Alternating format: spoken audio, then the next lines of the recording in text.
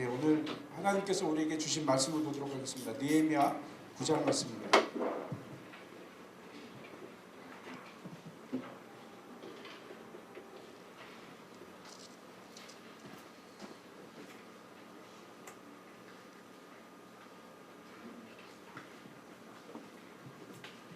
느헤미야 9장 1절부터 8절까지 말씀을 우리가 교독하도록 하겠습니다. 제가 먼저 읽겠습니다. 그 달 스문 나흔날에 이스라엘 자손이 다 모여 금식하며 굵은 베옷을 입고 티끌을 무릅쓰며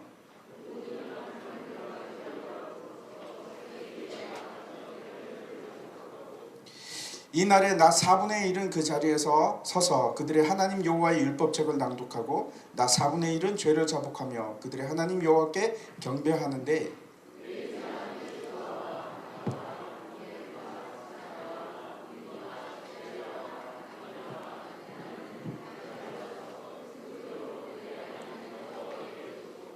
또 레위 사람 예수아와 감미엘과 바니와 하삼느야와 세레바와 호디야와 스바야와 부다히야는 이르기를 너희 무리는 마땅히 일어나 영원부터 영원까지 계신 너희 하나님 여호와를 송축할지어다.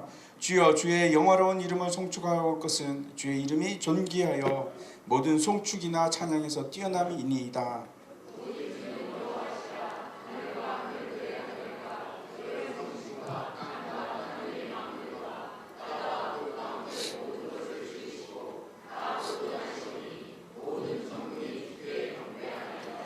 주는 하나님 여호와시라. 옛적에 아브라함을 택하시고 갈대아 우르에서 인도하여 내시고 아브라함이라는 이름을 주시고 그의 마음이 주 앞에서 충성됨을 보시고 그와 더불어 언약을 세우사 가나안 족속과 헷 족속과 아무리 족속과 브리스 족속과 여부스 족속과 기르가스 족속의 땅을 그의 씨에게 주리라 하시더니 그 말씀대로 이루셨사오매 주는 의로우심이로소이다. 아멘. 예, 금요 기도에 나오신 여러분을 환영하고 축복합니다. 예, 아멘. 감사합니다.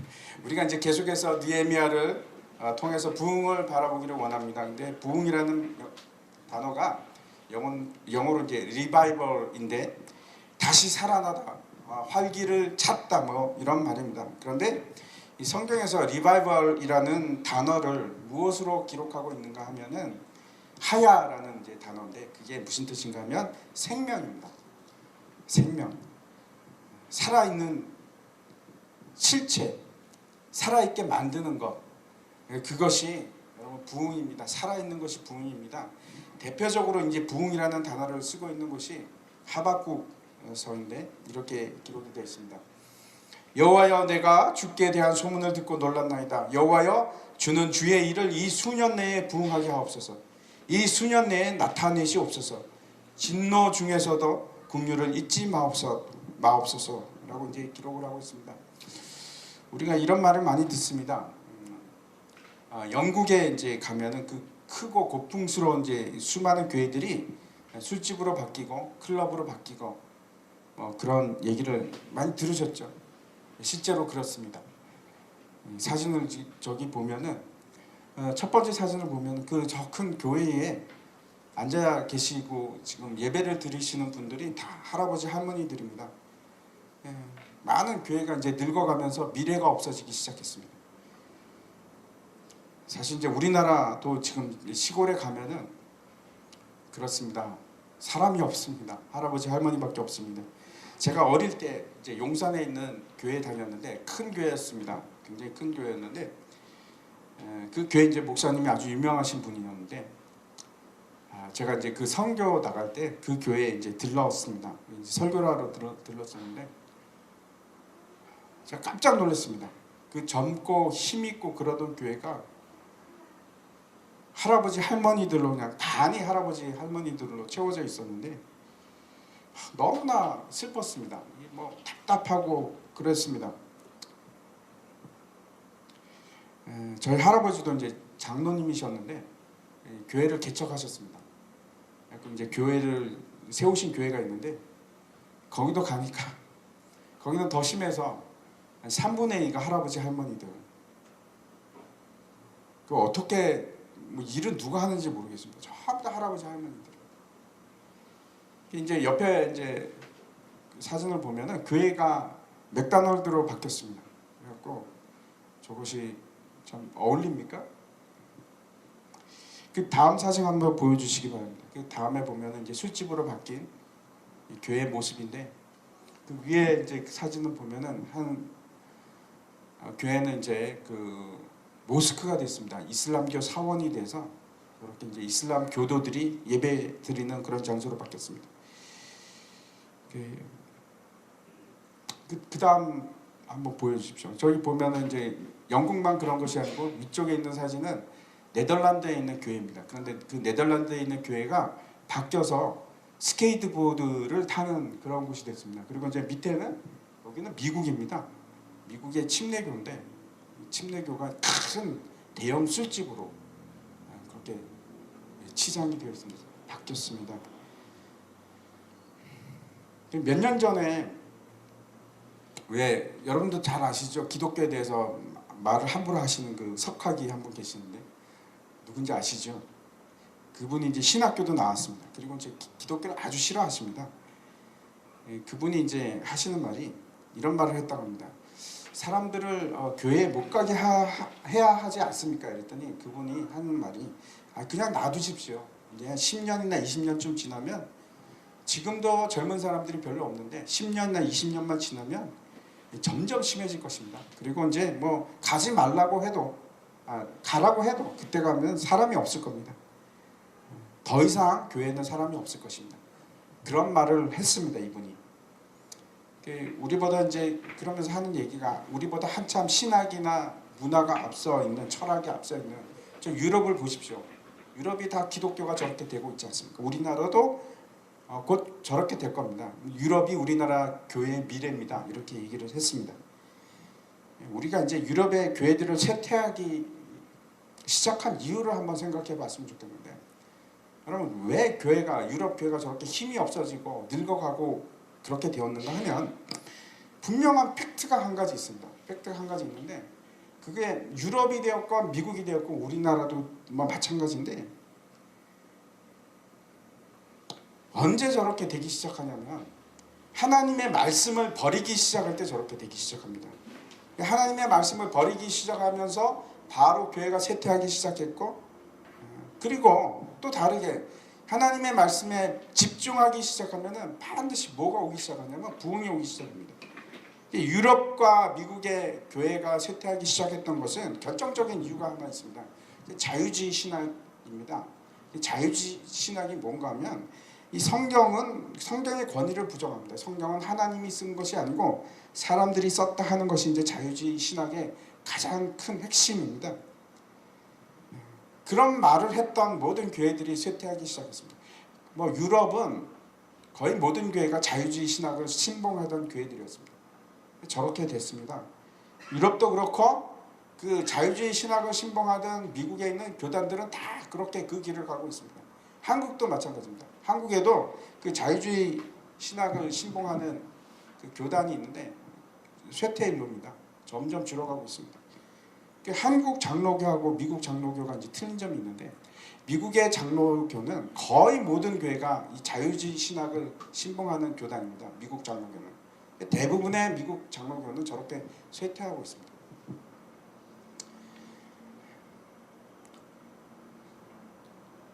지난주에 우리가 이제 살펴보았던 것이 이런 것입니다. 참된 부흥의, 여러분 기억나십니까? 참된 부흥의 시작은 말씀으로부터 시작합니다. 그래서 말씀을 듣고 말씀을 이해하기 시작하고 그리고 하나님의 말씀을 기뻐하기 시작할 때 그때 부흥이 시작됩니다.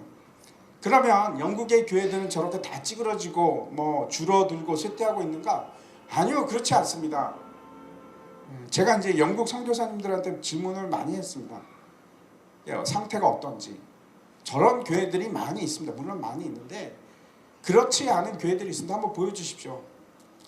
대표적인 지금 크게 성장하는 교회 중에 하나가 힐송 처치라는 교회인데 저기는 뭐 지금 뭐 8,000명씩 모입니다. 주일 예배 때마다. 그리고 또 한번 보여주십시오. 그 다음 장에 보면 참 놀라운 것은 교회들이 영국 교회입니다. 저것이. 교회들이 기도하기 시작했습니다. 기도해야 하는 교회는 소망이 있습니다.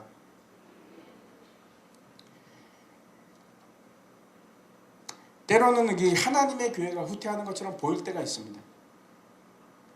이스라엘은 아예 나라가 사라지고 완전히 그냥 포로로 잡혀가기도 했습니다. 그런데 그게 절대 끝이 아닙니다. 그것으로 끝나는 것이 아니고 그 와중에서도 하나님의 나라는 계속해서 전진해 가고 있고 교회는 계속해서 자라갑니다. 이곳에서는 그럴 수 있습니다. 쇠퇴하고 사라지고. 하지만 다른 곳을 보면은 어마어마하게 성장하고 있고, 그래서 전체적으로 보면은 죽어가고 있는 것이 아니고 교회는 절대로 죽어가지 않습니다. 교회는 항상 전진해 왔고 교회는 항상 성장하고 있었습니다. 전 세계적으로 보면 절대 후퇴한 적이 없습니다. 지금도 중동에 가면, 제가 이제 중동에 있지 않습니까? 어마어마합니다. 지난 시간에 이제 부흥의 시작은 말씀이다라고 우리가 이제 배웠는데, 오늘은 그 두 번째로 부흥은 생명력이 다시 살아나는 것이고 삶이 솟게 되는 것인데, 그것이 어디로부터 또 시작하느냐. 두 번째입니다. 기도입니다. 기도. 언제나 어떤 부흥이나 마찬가지입니다. 첫 번째 그 말씀이 우리의 심령을 막 찌르기 시작하고, 그 다음에 그 말씀에 찔린 사람들이 어디로 나가기 시작하냐면은 하나님 앞에 나와서 자복하기 시작합니다. 말씀의 능력 때문에 감당을 못하고 하나님 앞에 나오세요. 우리가 왜 메말라가고 있는지, 한국교회가 왜 그동안 그렇게 힘을 못 쓰고 개독교가 되어가고 사람들로부터 지탄을 받기 시작했는지 너무나 분명합니다. 적어도 제가 보기에는 그렇습니다. 첫 번째, 말씀이 아닌 것을 따라가기 시작했습니다. 복음이 아니고 사람의 생각을 쫓아가기 시작했습니다. 교회들도 그렇고요, 우리들도 그랬습니다. 우리가 말씀을 따라간 것이 아니고, 복음을 따라가는 것이 아니고 풍요의 신을 쫓아가기 시작하고 성공의 신을 쫓아가기 시작합니다. 교회가 자기 개발하는 곳처럼 되어서 부를 축적하는 것을 당연시하고, 그게 바알신입니다. 바알신을 섬기기 시작했습니다. 그래서 한동안 한국교회에서 유행하던 것이 고지를 점령하라. 예수 믿는 자들이 고지를 점령해야 된다. 예수 믿는 사람들이 모든 것에 뛰어나고 머리가 돼야 된다. 위로 올라가라. 이게 그냥 한국교회의 전체적인 분위기였습니다. 그런데 성경의 가르침은 그렇지 않습니다. 성경에 어디서 예수 믿는 사람이 위로 올라가라고 말합니까? 낮아지라고 얘기하지. 요즘 이제 제가 이제 누가복음 새벽기도 계속하고 있는데, 거기 보면 며칠 동안 계속해서 물질에 대해서 나옵니다. 제가 이제 말씀드렸듯이 부자가 뭔가 하면 돈을 사랑하는 사람이 부자입니다. 그리고 돈을 모으는 사람이, 축적하는 사람이 부자입니다. 여러분, 그렇게 하면은 우리가 천국 가기가 힘들어집니다. 돈을 모으기 시작합니다. 그런데 그렇게 돈을 모으는 것에 한국교회가 힘쓰고 막 그 길을 따라가기 시작하다가 너무나 다행인 것은 이제 다시 한국교회가 정신을 차리기 시작했습니다. 너무나 감사합니다. 여러분, 복음과 복음이 아닌 것을 분명히 하시기 바랍니다. 그래서 여러분, 말씀을 아셔야 됩니다. 분명히 구별할 수 있어야 됩니다. 아직도 헷갈리시면 안 됩니다. 제가 이제 처음에 우리 소망교회 왔다가 너무나 놀라운 것이, 어떤 분들이 복음하고 복음이 아닌 것을 구분을 하지 못하시는 겁니다. 뭐가 진짜인지 뭐가 가짜인지, 이게 그건가 저게 그건가. 아니요, 분명하셔야 됩니다. 목에 칼이 들어와도 이것은 복음이고 아니고가 여러분은 너무나 분명하게 써 있어야 됩니다. 헷갈려 하시면 안 됩니다.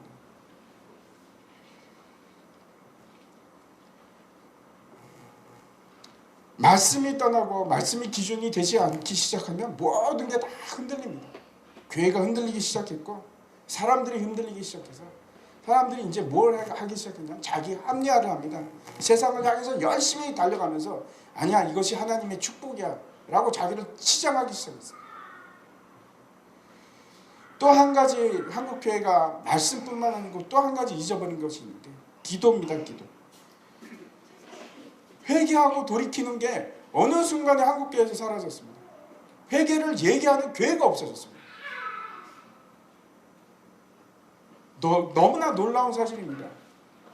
지난 과거 몇 년 동안에 한국교회들이 회개하라는 얘기를 아예 하지를 않는 겁니다.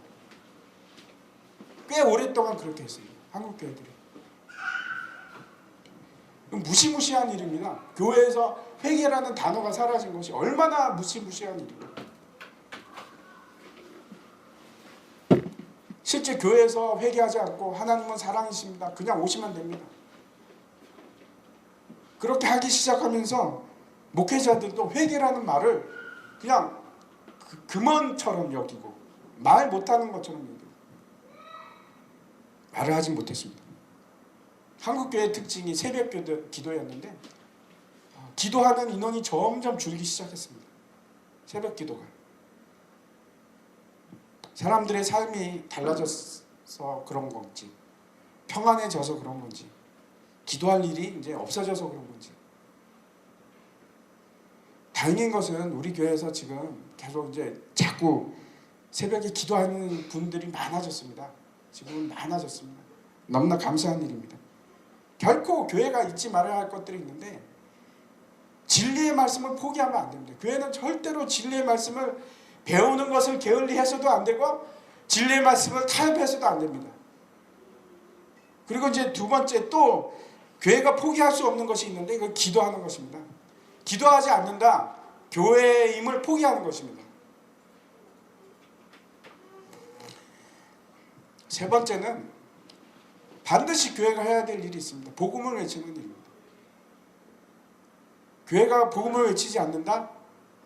그거는 이제 침묵단체나 사교단체가 되는 것이지, 아니면 무슨 종교단체가 되는 것이지, 교회는 아닙니다. 교회는 반드시 말씀을 배워야 되고, 교회는 반드시 기도해야 되고, 교회는 반드시 복음을 외쳐야 하십니다. 그거는 절대 타협할 수도 없고 버릴 수도 없습니다. 느헤미야 오늘 이제 9장은 전체가 다 기도에 대한 내용입니다. 이것이 여러분 부흥의 핵심의 두 번째, 첫 번째 말씀이었고 두 번째는 기도하는 것입니다.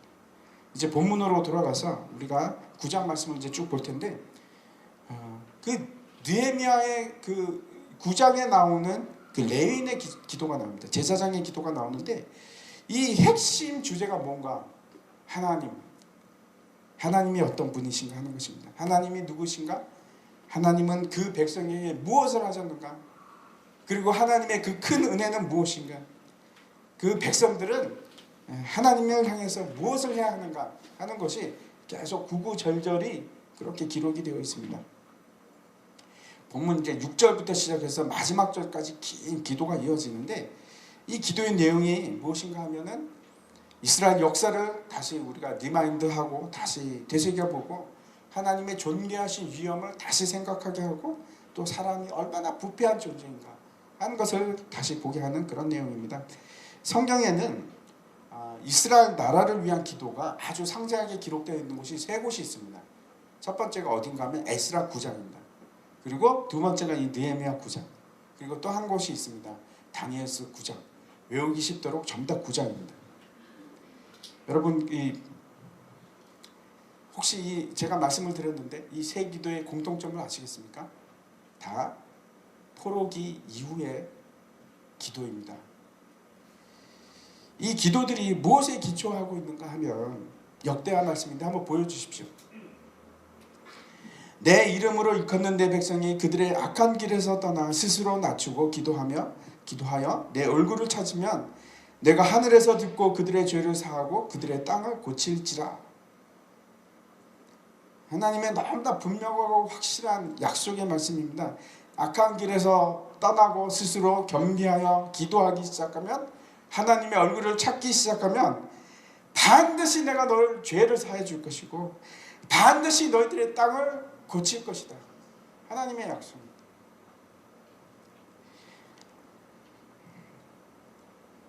제가 이제 몇 번 여러분에게 말씀드린 적이 있는데, 여러분 대한민국은 기도로 시작한 나라입니다. 입법 제헌 국회가 기도로 시작했습니다. 우리나라가 그렇지 않습니까? 지금 힘들고 어렵고 경제가 점점 엉망으로 되어 있고 실업률이 높고 많은 사람들이 아파하고 있고 병들고 마음이 병들어 있고, 해답이 어디 있습니까? 우리가 어떻게 이 어려운 시대를 해결을 해야 됩니까? 절대 해답은 딴 곳에 있지 않습니다. 아무리 우리가 창조 경제를 하건 어떤 해법을 가지고 오건 거기에 답이 있는 거 아닙니다. 그 무엇이 이걸 바꿀 수 있겠습니까? 아닙니다. 불가능합니다. 유일한 방법은 기도하는 겁니다. 우리 교회는 여러분 한국을 대표하는 대표성을 가지고 있습니다. 절대로 교회를 만만히 생각해서는 안 됩니다. 한국을 어떻게 지탱하고 있는가? 교회로 지탱이 되어야 됩니다. 교회가 허물어지면 한국도 끝입니다. 한국은 하나님께서 사랑하시고, 제가 확신합니다. 한국은 하나님께서 사랑하시고 지켜보시는 소중한, 하나님께서 소중하게 생각하는 나라입니다. 여러분, 그 아브라함이 소돔을 향해서 하나님께 기도하지 않습니까? 처음에 50명, 의인 50명이 있으면 멸하지 않겠습니까? 그리고 점점 줄어가지고 나중에 하나님, 그렇다면 의인 10명만 있어도 이 소돔 땅을 멸하지 않으시겠습니까? 그런데 소돔이 망했습니다. 왜 망한지 아십니까? 의인 한 명이 없어서. 의인 한 명이 없어서. 10명이 아니라 한 명이 없어서 그 소돔 땅이 멸망합니다. 그래서 우리가 중요합니다. 교회가 기도하기 시작합니다. 좀 확신합니다. 교회가 이 나라를 위해서 애통해하면서 회개하면서 기도하면 하나님께서 분명히 이 땅을 고치실 겁니다. 하나님께서 약속을 하셨어요. 그래서 우리가 중요합니다. 저와 여러분이 중요합니다. 우리를 통해서 대한민국 땅이 고쳐질 수가 있고 대한민국 땅이 새롭게 세워질 수가 있습니다. 우리 기도를 통해서. 오늘 본문을 보면은 이 기도를 통해서 말씀하는 것이 있는데, 이 세 가지를 우리가 분명히 깨달았으면 좋겠습니다. 첫 번째는 뭘 기도하냐면, 첫 번째는 하나님의 위대하심입니다. 이 위대하심이 어떻게 드러나는가? 그 첫 번째가 하나님께서 우리의 예배를 받으시는 것으로 드러납니다. 한번 보시겠습니다. 9장 1절과 2절을 한번 제가 읽겠습니다. 그 달 스문 나흔 날에 이스라엘 자손이 다 모여 금식하며 굵은 베옷을 입고 티끌을 무릅쓰며 모든 이방 사람들과 절교하고 서서 자기의 죄와 조상들의 허물을 자복하고, 이렇게 되어 있습니다. 24일이라고 한다면 여러분 무슨 날짜인가면 7월 24일인데, 그 7월 1일 날 나팔절 날 사람들이 막 깨어나기 시작하지 않았습니까? 제가 이제 그 지난주에는 나팔 소리도 한번 들려드렸는데, 그 나팔 소리 때문에 사람들이 잠을 못 잤는지 이른 새벽부터 막 일어나서 나오기 시작했습니다. 그러니까 성령님께서 깨우기 시작하신 겁니다. 성령님께서 역사하기 시작해서 이 사람들이 감당할 수가 없어서 어떻게 할 줄을 모르고 그냥 밖으로 나오기 시작해서 수문 앞 광장에서 사람들이 모이기 시작했습니다. 그 새벽부터 모여서 이 사람들이 뭘 요구를 하냐면은 에스라를 보내서 우리에게 성경 말씀을 들려주십시오. 성경 말씀 듣기를 원합니다. 그리고 나서 이제 말씀 사경회가 진행된 겁니다. 하루 종일 말씀을 들으면서 뭐라고 얘기를 하냐면 아멘, 아멘 외치면서 눈물을 흘리면서 이제 그 부흥회를 한 겁니다. 그리고 그 말씀이 심령마다 파고들기 시작하면서 역사하기 시작했는데, 그리고 나서 이제 장막절이 오지 않습니까? 그 장막절이 7일인데 7일을 지나고 8일째는 큰 대성회로 다시 모입니다. 그 다 하나님께서 준수하라고 한 것을 순종함으로 다 지키기 시작하는 겁니다. 그리고 하루를 쉬었습니다. 그게 이제 끝나는 날이 7일이니까 15일부터 시작해서 21일 날 끝납니다. 그런데 22일 날은 대성회로 하루 더 모이고 23일을 쉬었습니다. 집으로 갔는데 견딜 수가 없는 겁니다. 사람들이. 그 말씀이 내 속에 막 파고들고 역사하고 막 찌르기 시작해서 견딜 수가 없는 겁니다. 그래서 이 사람들이 어떻게 하냐면 베옷을 입고 죄를 뒤집어 쓰고 집에서 발을 동동 굴리다가 못해서 다시 밖으로 나왔습니다. 사람들이 금식을 하면서 여기서 보면 뭐라고 하냐면 회개를 시작. 마음이 답답해서 견딜 수가 없어서. 혹시 여러분 그런 기억이 있는지 모르시겠어요? 저는 그런 기억이 있어요. 하나님 성령이 역사하시는데 답답해서 막 견딜 수가 없는 겁니다. 기도하면서 막 회개하면서 눈물을 흘릴 때 그때 제가 평안을 찾았습니다. 우리가 이제 잘 알고 있듯이 그 평양 대부흥의 시장은 장대현 교회에서 이제 말씀 사경회로부터 시작을 하는데 8일 동안 하는데 점점 이제 열기가 고조되기 시작했습니다. 근데 이제 8일째 저녁 집회를 하는데 그때 이제 말씀을 전하는 사람이 길선주 목사님이었습니다. 이분이 강단에 올라가고 말씀을 전하기 시작하다가 느닷없이 죄를 고백하기 시작하는 겁니다. 그 친구가 죽었는데 임종 때 돈을 이제 맡았는데 그 돈을 갖다가 한 10만 원 정도를 갖다가 자기가 착복을 합니다. 그래서 그걸 얘기를 하면서 내가 친구의 돈을 훔쳤습니다. 설교하다가 갑자기 그 얘기를 합니다. 그리고 나서 막 회개하기 시작하는데 내가 내일 아침에 반드시 돌려주겠습니다. 그게 도화선이 돼서 거기에 있는 사람들이 다 막 회개의 영을 받아가지고 막 뜨거워져서 막 사람들의 청중의 마음이 폭포수처럼 막 커져 나오기 시작하는데 성령이 강하게 임하기 시작했습니다. 그래서 사람들이 막 뭐 통회하고 막 소리를 지르고 막 기도를 시작하는데 그 선교사가 기록하기를 어떻게 기록을 했냐면은 마치 한국 사람들의 기도 소리가 하늘 보좌를 향해서 막 부르짖고 막 포효하는 것처럼 쥐야 외치면서 자기의 죄를 자복하기 시작했다 이렇게 기록하고 있습니다. 어떤 사람은 그 두려움이 엄습해서 자기 죄에 대한 두려움이 엄습해서 어찌할 바를 모르고 있다가 밖으로 뛰어나가니까 더 막 괴로운 겁니다. 그래서 다시 그 기록에 남아 있습니다. 안으로 들어와가지고 막 바닥에서 교회 바닥에서 떼굴떼굴 막 구르면서 막 소리를 지르면서 내가 죄인입니다. 그래갖고 그 전체가 그냥 회개의 도가니로 들어갔습니다. 그게 한국 교회 부흥의 시작이었습니다. 부흥의 현장에는 언제나 말씀이 있고 그 다음에 회개의 기도가 있었습니다. 2절에 보면은 세 가지를 기록하고 있는데 첫 번째 뭐라고 얘기하면 이방 사람들과 절교하고 그리고 이제 두 번째 보면은 자신의 죄를 자복하고 세 번째 조상들의 허물을 자복하는 일을 했다 이렇게 되어 있습니다. 그런데 진짜 회심을 경험한 사람들은 이게 무슨 말인지 압니다. 이방 사람들과의 절교가 도대체 무슨 뜻인지 압니다. 내가 이제 제대로 똑바로 살기로 결심하고 나서 세상 사람들과 어울려서 산다는 것이 그렇게 힘듭니다. 그 사람들과 만나서 세상 얘기를 하면서 세상 방식대로 그대로 맞춰갖고 사는 것이 그렇게 힘듭니다. 그 사람들의 수준에 맞춰서 살아가는 것이 그러니까 어울리고 함께 놀면서 그 사람이 좋은 백을 들면 나도 좋은 백을 가지고 나가야 되고 거기서 술을 마시면 같이 마셔야 되고 불가능합니다. 그렇게 할 수가 없습니다. 저도 회심하고 나서 끊기기 시작한 거예요. 친구들이 다 끊어졌습니다. 제가 이제 연락하기가 싫어지더라고요. 그래서 이제 연락도 안 하고 삽니다. 그 사람들의 문화를 아니까 내가 만나면 그 문화인데 같이 있을 수가 없는데 여기서도 이 회심을 한 사람들이 이방 사람들과 절교하기 시작합니다. 하나님의 문화가 아닌 사람들과 끊습니다. 세상 얘기를 해도 이제 재미가 없고 세상 사는 얘기를 해도 그 속에 들어가기도 싫고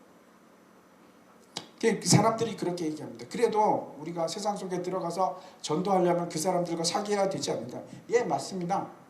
그런데 세상을 벗어나서 우리는 살 수는 없습니다. 그런데 그 속에 들어가더라도 뭐가 필요하냐면 여러분을 지키는 성벽이 필요합니다. 여기 보면은 항상 이 하나님의 백성을 뭐라고 하면 분리를 시킵니다. 이방과 분리를 시킵니다. 그렇다고 해서 우리가 뭐 따로 모여서 밖에 나가고 사는 것이 아니고 세상 속에서 살아가지만 여러분 세상과는 분리가 돼 있어야 됩니다. 기름과 물이 섞이지 않는 것처럼 여러분 섞이시면 안 돼요. 분리가 일어나야 됩니다. 구분되고 구별되는 그런 삶을 사시기 바랍니다. 직장 생활도 그렇고 우리가 그 사람들과 말도 해야 되고 하지만 여러분 내 속에는 분명한 선이 있어야 됩니다. 넘어가지 않는 분명한 선이 있어야 됩니다. 예수를 이제 제대로 믿기 시작하면 그 세상 문화 속에 젖어서는 살아갈 수가 없습니다. 함께 지낼 수가 없습니다. 두 번째, 자신의 죄를 두고 기도합니다. 성령께서 임하시기 시작하면, 우리 속에 들어오기 시작하면 가장 먼저 하시는 일이 뭔가 하면 우리의 마음을 조명하기 시작합니다. 보여주시기 시작하는데 우리의 죄입니다. 성령님께서는 거룩하신 분이시기 때문에 절대로 죄와 함께 거하실 수가 없습니다.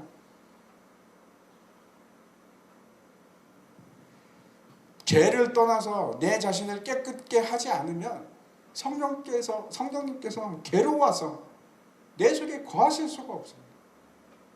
그래서 죄를 회개하게끔 만드십니다. 죄를 회개할 수밖에 없습니다. 그뿐만 아니고 여기서 보니까 조상의 허물을 자복하기 시작했습니다. 물론 조상의 죄가 유전해서 나에게 넘어온 것은, 전가되는 것은 절대로 아닙니다. 그건 성경이 말씀하고 있는 바가 아닙니다. 그렇지 않은데, 그런데 분명한 사실은 뭐가 있냐면 그 문화가 있고 습관들이 있습니다. 그대로 답습해서 내려옵니다. 아버지가 가정에서 폭력을 행사하면 그 자녀들도 폭력을 행사합니다. 보고 배우기에 그거니까. 배운 것이 그대로 들어가는데, 집안이 죄를 아무렇게도 이렇게 그냥 그렇게 여기는 집안이라면 배운 게 그겁니다. 그래서 그 문화가 그대로 답습을 하게 되어 있습니다. 이스라엘 백성들도 마찬가지입니다. 그 아버지들이 우상을 섬기는데 그 집에 있는 아들들이 영향을 받지 않겠습니까? 문화가 그런데, 이방 문화인데 아버지가 바알신을 섬기면 그 아들도 그냥 바알신의 무장해제가 되는 겁니다.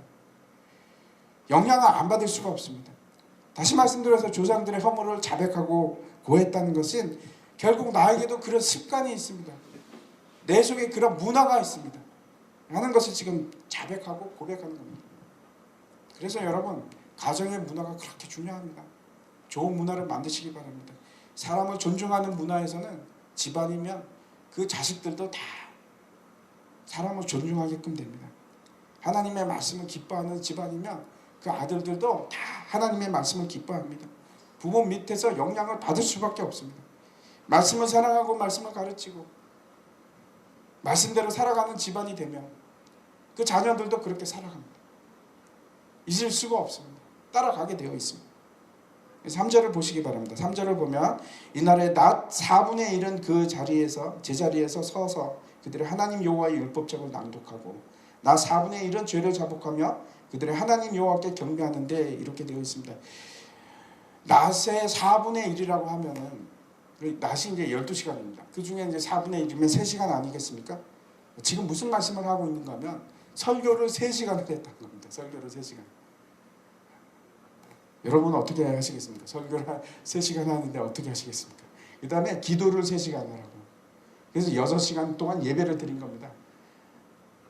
아마 이렇게 하면 요즘은 견디는 사람이 없을 겁니다. 제가 어릴 때, 그때도 오래 했습니다. 우리 집에서도 부흥회를 많이 했었는데 부흥회를 하면 하루 종일 합니다. 하루 종일. 언제 끝나나 저는. 보통 밤낮으로 했습니다. 그런데 요즘은 인스턴트 시대가 되어 있어서 뭐 인터넷 때문에 더 그런 것 같기도 합니다.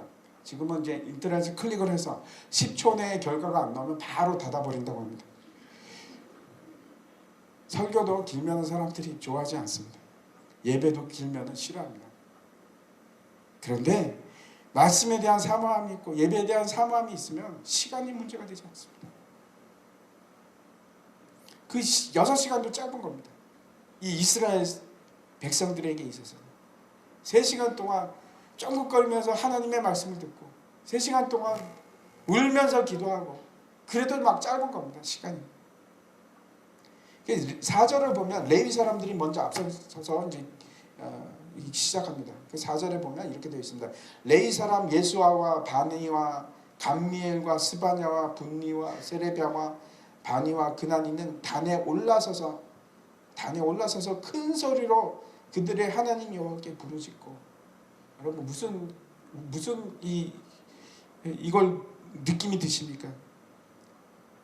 레위 사람들이 단 위에 올라가서 하나님께 그 사람들이 먼저 부르짖기 시작했습니다. 이 레위 사람들은 예배를 돕는 사람들입니다. 근데 그 사람들이 먼저 올라가서 하나님께 부르짖습니다. 주여 삼창은 우리만 한 것이 아니고 이때 벌써 이스라엘 사람들이 주여 외치기 시작했다고 여기 분명히 기록하고 있어요. 그리고 5절을 보면 하나님을 찬양하기 시작합니다. 이 본문을 보면은 예배가 무엇인지 그 요소들을 잘 드러내고 있는데, 참된 예배라는 것이 어떤 것이냐면 말씀을 듣는 일이 있고, 그리고 또 하나님을 찬양하고 기도하고 죄를 자복하고, 그리고 하나님이 기뻐하지 않으시는 것으로부터 분리하고 단절을 하는 일을 하는 것이, 그것이 예배입니다. 정확하게 지금 여기서 그렇게 얘기하고 있습니다.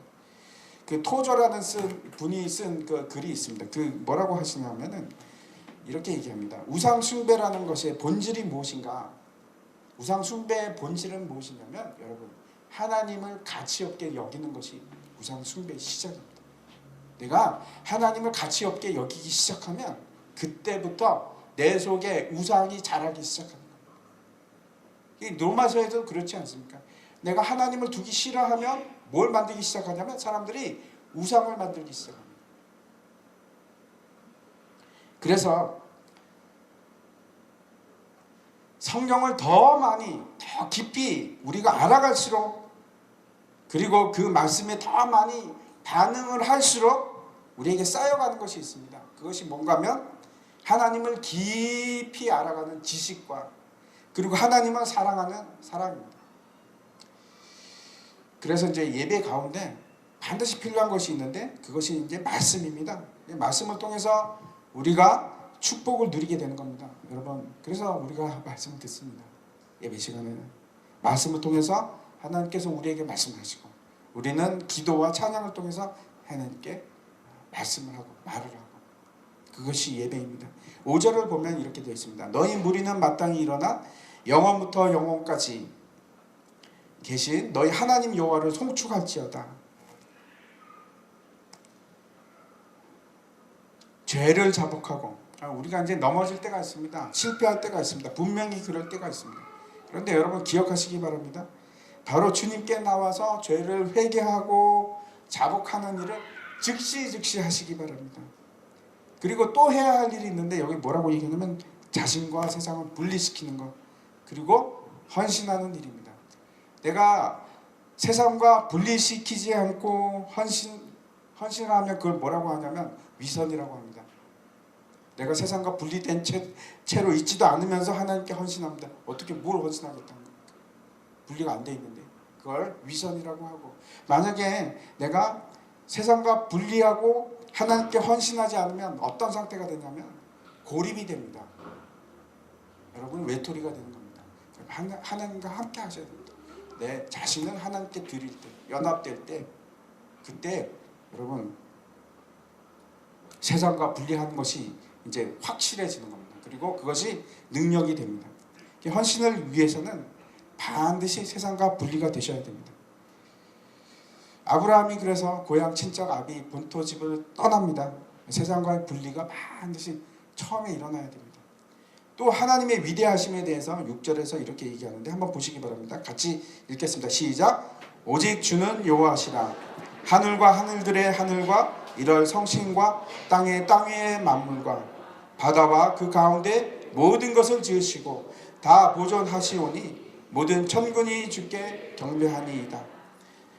여호와 하나님은 홀로 계신 하나님입니다. 그분 외에는 하나님이 안 계십니다. 이스라엘 주변에는 수많은 우상을 숭배하는 나라들이 있었는데, 둘러싸여 있었는데, 이 이스라엘이 해야 될 일이 있었습니다.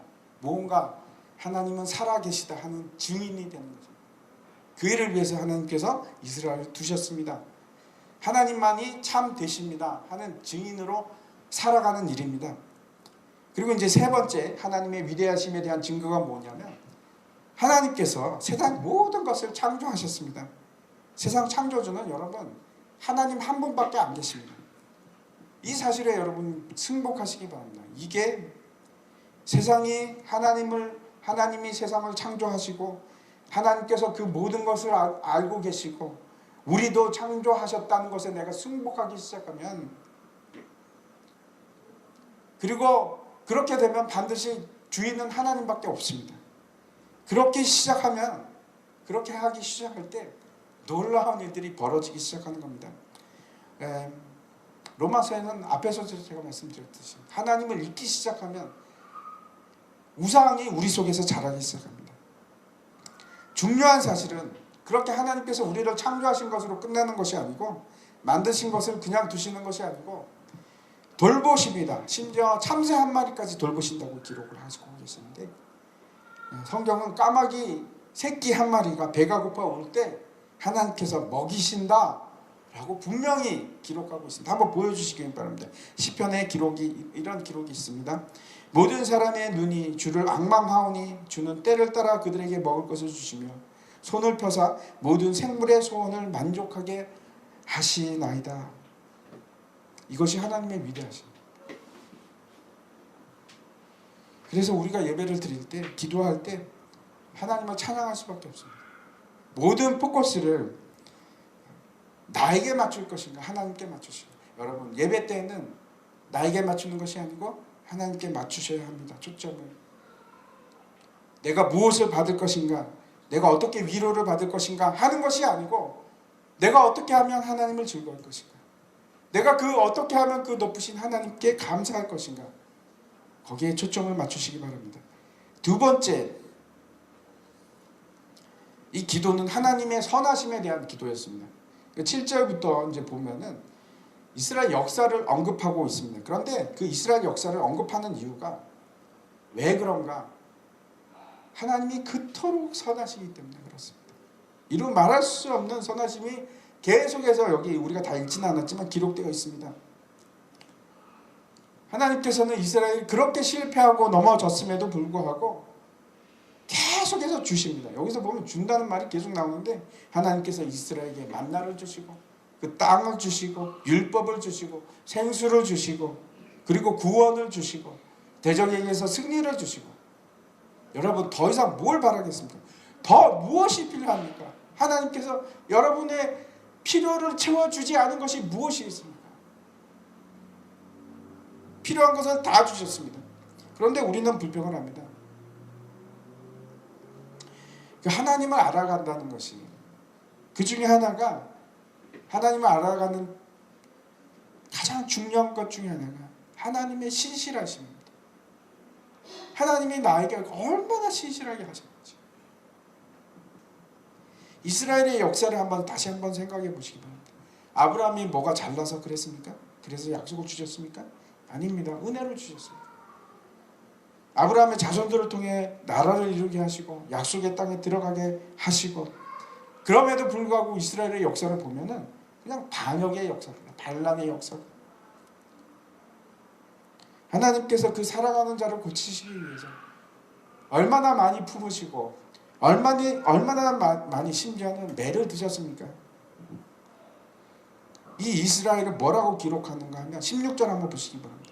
16절을 보면 그들과 우리 조상들이 교만하고 목을 굳게 하여 주의 명령을 듣지 아니하고, 교만하고 목이 뻣뻣하다 이렇게 기록을 하고 있습니다.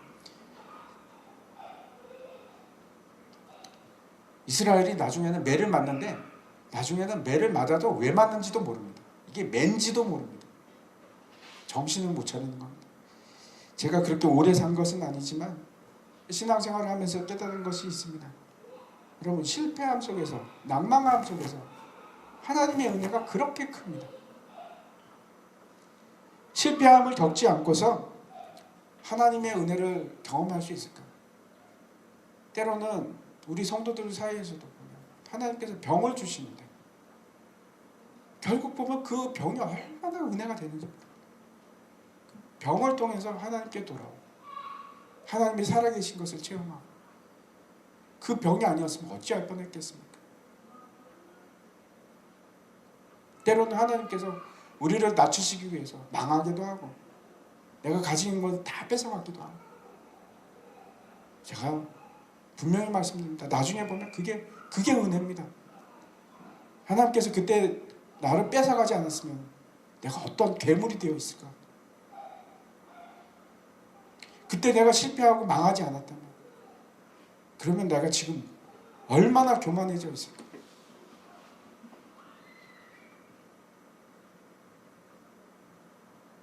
오히려 계속 성공하고 잘 나간다면 그게 정말 하나님의 축복일까요? 때로는 병이 축복입니다. 병 때문에 내가 하나님께 다시 돌아오고,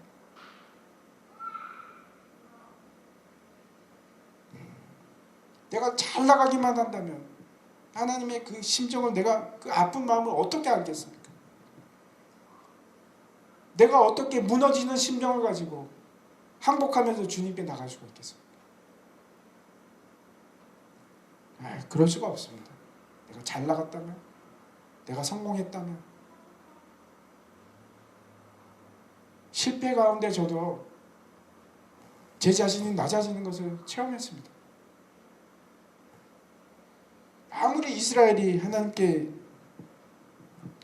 선하게 대하지 않았음에도 불구하고 하나님은 그러지 않았습니다. 하나님은 끝까지 신실하게 이스라엘에게 선하게 대하셨습니다. 이루 말할 수 없도록 선하게 대하시고 하나님께서는 약속을 지키셨습니다.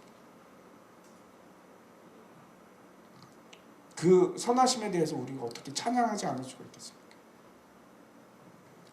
세 번째, 오늘 본문의 기도는 또 하나님의 은혜에 대한 기도입니다. 31절을 한번 보시기 바랍니다.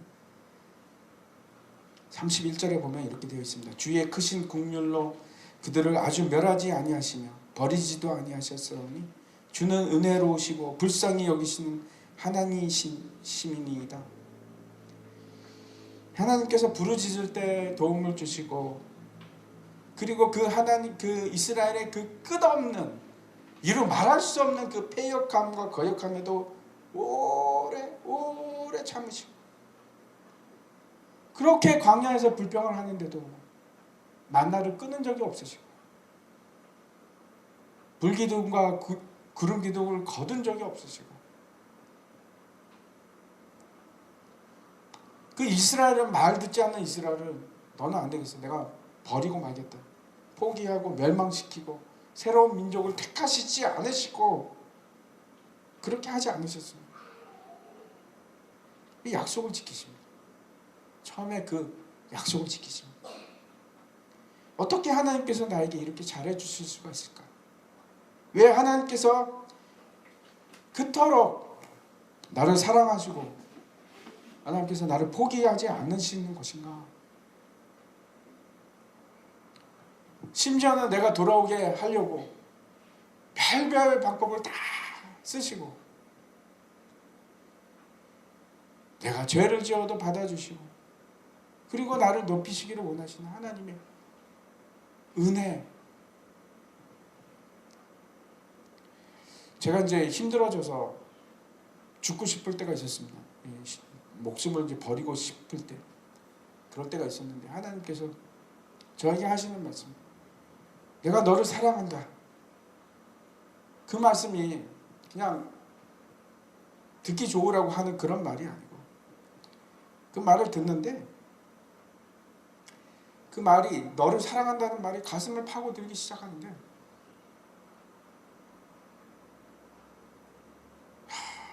이루 말할 수 없는 그 하나님의 사랑이 느껴지기 시작했습니다. 여러분, 하나님께서 정말 여러분을 그렇게 사랑하십니다. 제가 증거를 댈 수가 있습니다.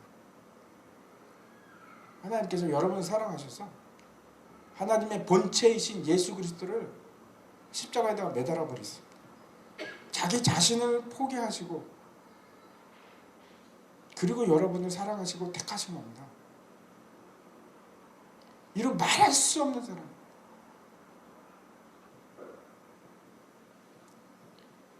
그 사랑을 이제는 받아들이시기 바랍니다. 그 받아들이기 시작하면서 모든 회복의 역사가 시작되는 겁니다. 땅이 고쳐지기 시작하고 우리의 마음이 치유되기 시작하고 하나님께서는 우리를 사랑하시기 때문에 절대로 우리에게 주시는 길은 선한 길입니다. 믿으시기 바랍니다. 심지어는 그것이 고통의 길이라고 할지라도 그게 나한테 지금 당장에 필요한 길입니다. 심지어는 그것이 암이라고 할지라도 그것이 필요해서 나한테 주시는 겁니다.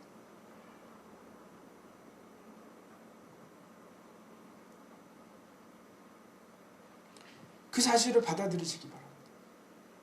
분명히 하나님은 선하신 분이시고 분명히 하나님은 신실하신 분이어서 나에게 가장 좋은 것을 주십니다. 그래서 내가 거부할 수가 없어요. 그래서 하나님께 맡기시기 바랍니다. 우리가 이 시간에 이제 같이 기도했으면 좋겠는데,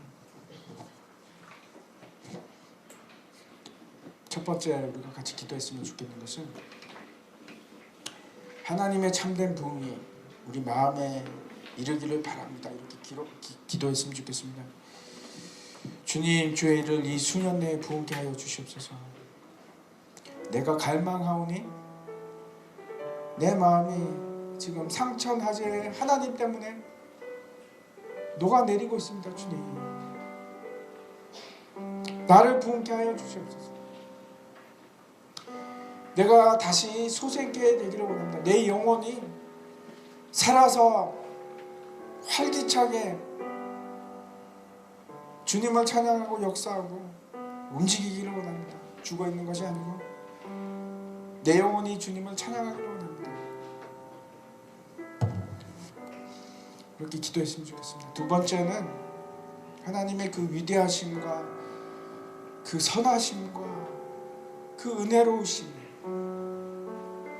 이런 말할 수 없는 그 은혜로우심에 대해서 기도했으면 좋겠습니다.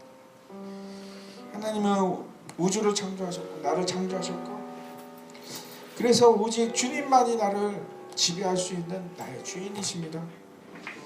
주님만이 나를 통치할 수 있습니다. 내가 주님 앞에 엎드립니다. 주님, 나를 받아주시옵소서.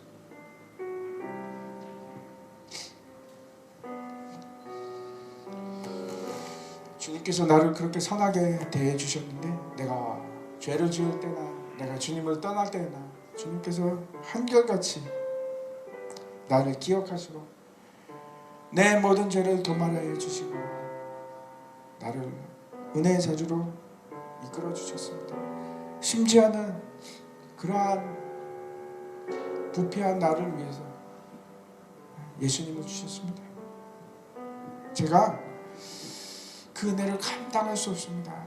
하나님, 주님은 참으로 선하시고 위대하시고 주님은 참으로 저에게 은혜를 베푸셨습니다. 제가 감당할 수가 없습니다. 라는 기도를 했으면 좋겠습니다. 그리고 세 번째, 하나님의 그 사랑에 내가 완전히 굴복하게 하여 주시옵소서. 내가 엎드려서 내 마음을 포기하고 주님께 드리기를 원합니다. 나를 받아주시옵소서. 이렇게 같이 기도 제목 가지고 같이 기도하겠습니다. 하나님, 나의 마음에 참된 부흥을 허락하여 주시옵소서. 주님의 일을 이 수년에 이루어 주시옵소서. 내가 갈망하오니 주님, 내 마음이 녹아내리기를 원합니다. 도와주시옵소서. 주여 하나님 아버지, 위대하심과 그 선하심과 주님이 나에게 행하신 그 은혜를 하나님, 내가 감당할 수가 없습니다. 주님, 이 시간 다시 한번 주님 앞에 나와서 그 은혜에 잠기기를 원합니다. 주님의 은혜 가운데 가게 하여 주시고 그 손에 잡고 주시옵소서.